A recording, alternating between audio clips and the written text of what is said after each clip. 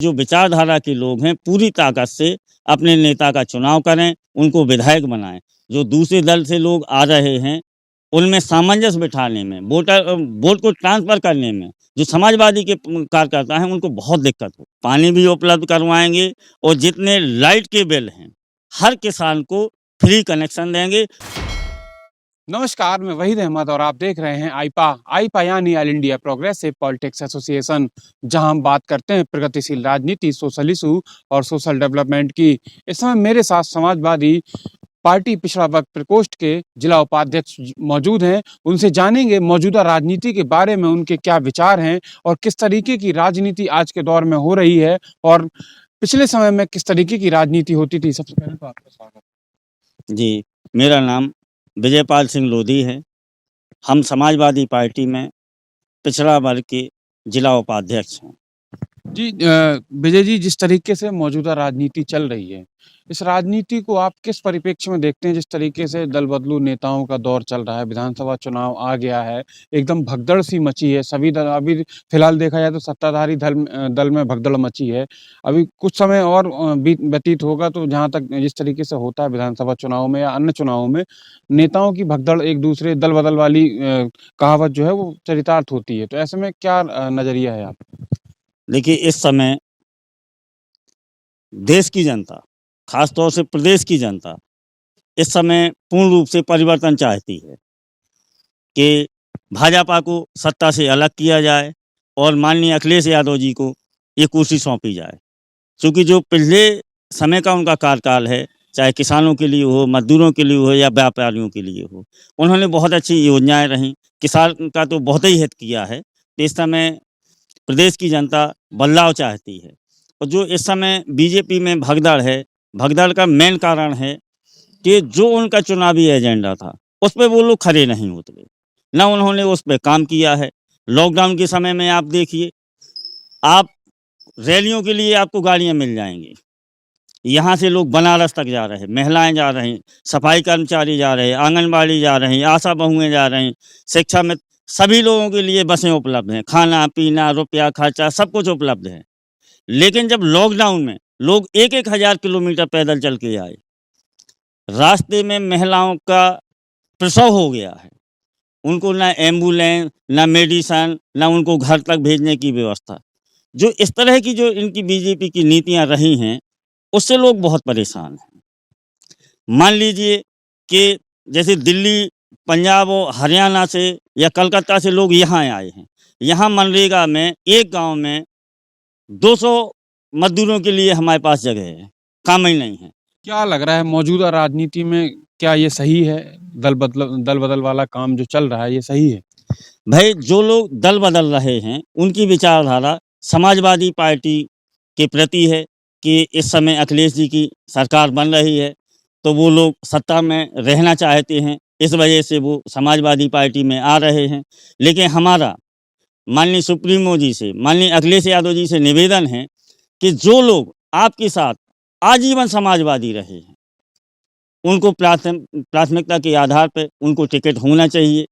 इस समय महोबा विधानसभा और चरखारी विधानसभा, जो नए-नए लोग आ रहे हैं, उनको अगर प्राथमिकता दे रहे हैं, कल तक जो समाजवादी पार्टी के नेता को, समाजवादी पार्टी के कार्यकर्ताओं को, जिला के नेताओं को जो लोग गाली देते थे, बहुजन समाज पार्टी छोड़ के समाजवादी में शामिल हुए हैं। हम चाहते हैं, जिन्होंने लगातार जिले में संघर्ष किया है और भाजपा सरकार के खिलाफ आंदोलन किया है, लाठियां खाई हैं, जेल गए हैं और मुकदमे झेल रहे हैं, ऐसे लोगों को प्राथमिकता मिलनी चाहिए ताकि वो सामंजस्य बना सकें और चुनाव जीत सकें। चुनाव जीतना बहुत ज़रूरी है, सरकार बनाना बहुत ज़रूरी है, लेकिन जो आपके ज़मीनी लोग हैं, जो आजीवन समाजवादी हैं, जैसे वहाँ हैं, चरखाई विधानसभा में हैं, कप्तान सिंह ने पूरी ज़िंदगी में आज तक झंडा नहीं बदला है, तो ऐसे लोगों को प्राथमिकता मिलनी चाहिए। वो 2-2 बार विधायक भी रहे हैं।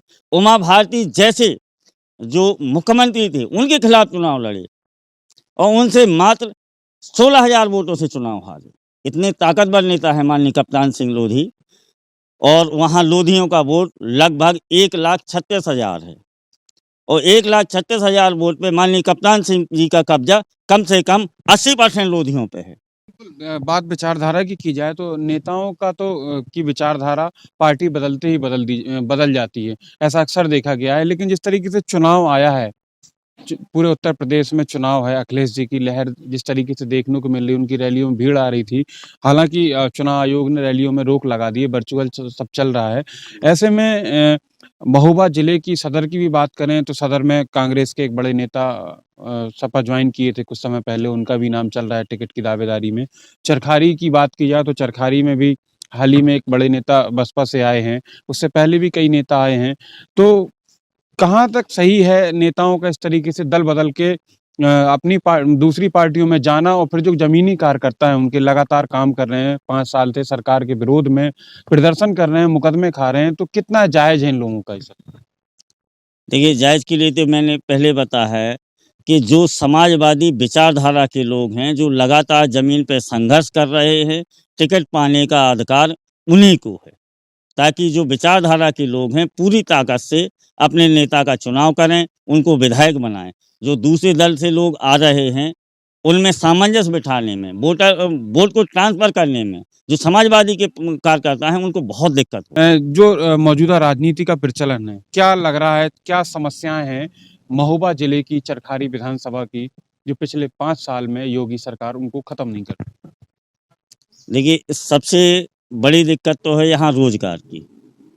यहाँ किसी प्रकार के इस तरह के उद्योग धंधे नहीं हैं कि यहाँ की लेबर का वहाँ समायोजन हो, उनकी दाल-रोटी चल सके, उनको मज़दूरी मिले। उच यहाँ किसी प्रकार के इस तरह के उद्योग धंधे नहीं हैं कि यहाँ की लेबर का वहाँ समायोजन हो, उनकी दाल-रोटी चल सके, उनको मज़दूरी मिले, उचित मज़दूरी मिले। तमाम मेन चीज़ तो है रोज़गार। तो इस समय किसान लगातार टूट रहा है।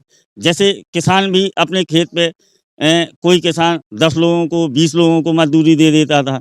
लेकिन इस समय प्रकृति के कारण लगातार यहाँ नुकसान हो रहा है। पहले सूखा रहा, फिर अभी देखिए कितना अधिक पानी बरसा है, किसान कमज़ोर हो गया है। तो इस समय खेती भी बहुत कमज़ोर हो रही है। तो हम रोज़गार दें लेबर को तो कहाँ से दें? लेकिन सरकार कोई व्यवस्था ही नहीं कर रही है। ना कोई नौकरी है, ना कोई धंधा है, ना कुछ है। जय श्री राम बोलो। भाई मंदिर बन गया, हम भी हिंदू हैं। हमें बहुत खुशी है कि मंदिर बन गए। लेकिन मंदिर की आड़ में क्या हमारे बच्चों को दाल-रोटी ना मिले? क्या अच्छी शिक्षा ना मिले?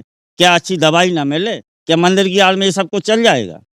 मंदिर बना है, हम इसका स्वागत करते हैं, अच्छी बात है, हम भी हिंदू हैं, हमें खुशी है।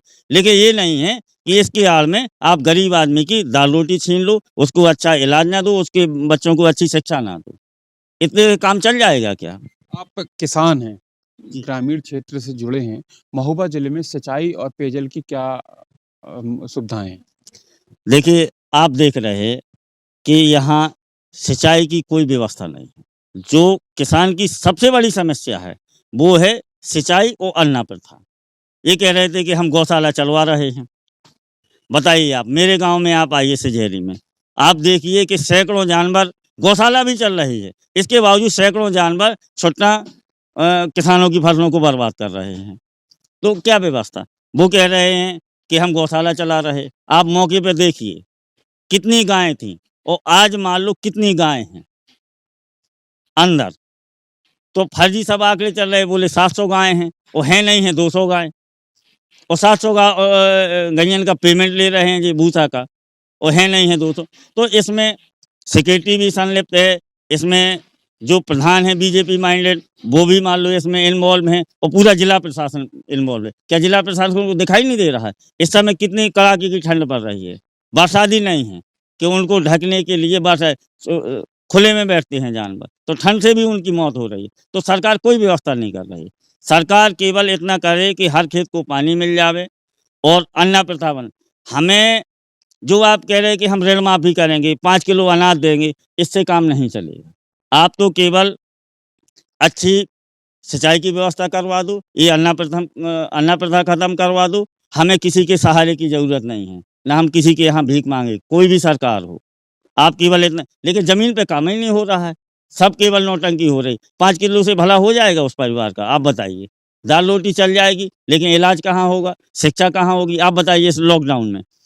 जो जिन किसानों ने, जिन मज़दूरों ने कर्जा उठा के अपने बच्चों को डॉक्टर, इंजीनियर, आईएएस, पीसीएस की तैयारी करवा रहे, 3-3, 4-4 साल से इलाहाबाद, लखनऊ और दिल्ली और बम्बई में पढ़े हैं।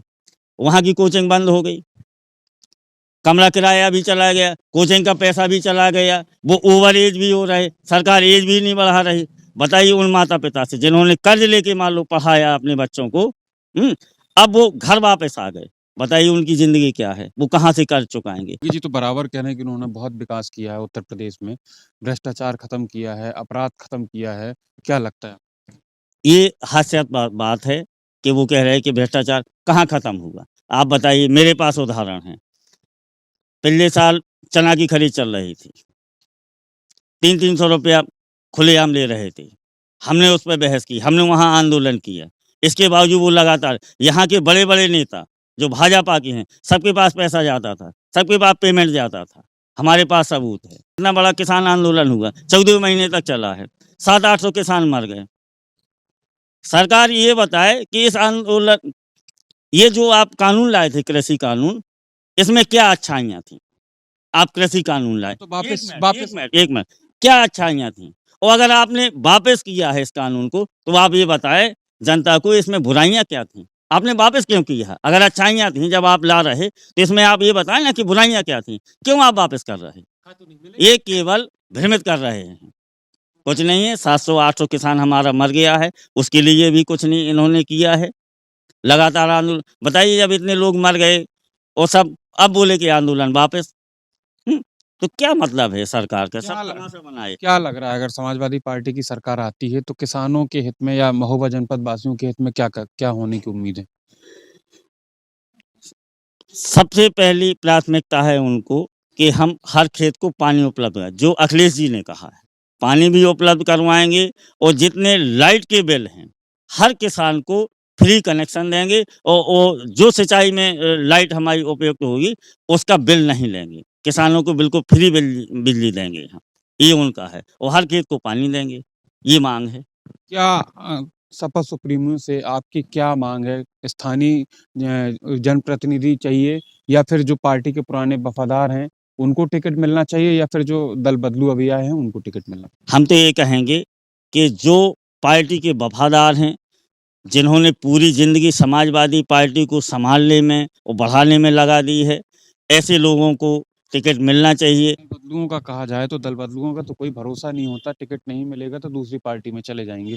बहुत-बहुत धन्यवाद आपका हमसे बात करने के लिए। ये थे समाजवादी पिछड़ा वर्ग प्रकोष्ठ के जिला उपाध्यक्ष विजय पाल जी, जिन्होंने मेरे साथ खुलकर अब मेरे हर सवाल का बेबाकी से जवाब दिया और आगामी विधानसभा चुनाव को लेकर समाजवादी पार्टी की रणनीति और समाजवादी पार्टी के वफादार लोगों को ही टिकट देने की अपील की है। अगर आपको हमारा चैनल पसंद आ रहा हो तो कृपया लाइक, सब्सक्राइब और बेल आइकन दबाना ना भूलें। महोबा से वहीद अहमद।